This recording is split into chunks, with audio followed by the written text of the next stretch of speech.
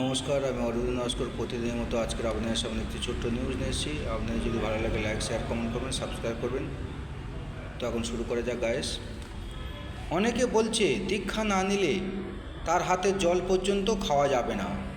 দীক্ষা না নিলে তার হাতের জল খাওয়া যাবে না। যারা বোতল কোম্পানির লোক জলের বোতল ভরছে, তারা কি দীক্ষা নিয়েছে ভেবে দেখেছো? আমি জল দিচ্ছি, তুমি বলছো তুমি দীক্ষা নাওনি, তোমার হাতে জল খাওয়া যাবে না। 1 লিটার জল 20 টাকা দিয়ে কিনে খাচ্ছ, তখন সেই জল যে বিক্রি করছে সে কি দীক্ষা নিয়েছে?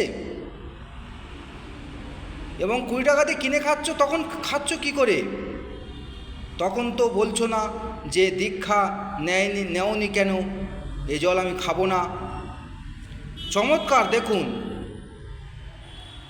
আপনি এদের রান্নাঘরে উঠতে পারবেন না। একটি চমৎকার কথা হলো, আপনি এদের রান্নাঘরে উঠতে পারবেন না।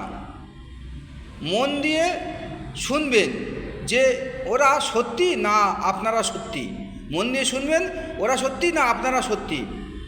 আপনি গুরুমন্ত্র নেননি, তাই রান্নাঘরে ঢুকতে পারবেন না, বা রান্নাঘর মোছামুছি ধোয়াধুয়ি করতে পারবেন না। গুরুমন্ত্র হয়নি বলে আপনি প্রসাদ বানাতে পারবেন না। গুরুমন্ত্র হয়নি বলে আপনি প্রসাদ বানাতে পারবেন না। গুরুমন্ত্র হয়নি বলে আপনি ওদের ঠাকুর ঘরে ধুতে পারবেন না বা মুছতে পারবেন না। কোথায় লেখা আছে দীক্ষা না নিলে তার হাতের খাওয়া যাবে না? এই ভুলভাল বিধান বা নিয়মগুলো সমাজ থেকে তুলে দিতে হবে। এই ভুলভাল নিয়ম বা বিধানগুলো সমাজ থেকে তুলে দিতে হবে। এগুলোকে বলে কুসংস্কার। এই কুসংস্কার বাদ সনাতন ধর্মকে সঠিক পথে আনতে হবে। এই কুসংস্কার বাদ দিয়ে সনাতন ধর্মকে সঠিক পথে আনতে হবে। কলঙ্কমুক্ত সনাতন ধর্ম গঠন করতে হবে। কলঙ্কমুক্ত সনাতন ধর্ম গঠন করতে হবে। কিছু কিছু বৈষ্ণব ধর্মের লোক আছে, তারা বলে তুমি দীক্ষা নাওনি, বা কিছু কিছু ব্রাহ্মণ আছে বলে তুমি দীক্ষা নাওনি, তোমার হাতে জল খাওয়া যাবে না, তোমার হাতে রান্না খাওয়া যাবে না, তুমি আমাদের ঠাকুর ঘরে ঢুকবে না ধোয়া মোছা করতে। এগুলো কুসংস্কার।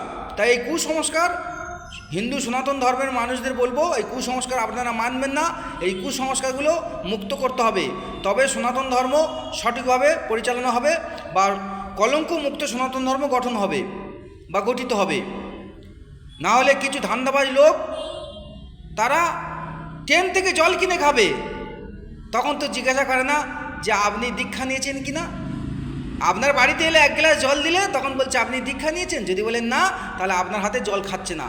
তাই এই সমস্ত কুসংস্কারগুলো বাদ দিতে হবে সমাজ থেকে, তবে সঠিক সনাতন ধর্ম পরিচালিত হবে এবং সনাতন ধর্মকে সঠিক পথে আনতে হবে, এবং কুসংস্কার মুক্ত সংস্কার সনাতন ধর্ম গঠন করতে হবে। কুসংস্কার মুক্ত করতে হবে। সনাতন ধর্মে যে সমস্ত কুসংস্কার প্রচার আছে বা প্রচারিত আছে, সেই কুসংস্কারগুলো বাদ দিতে হবে।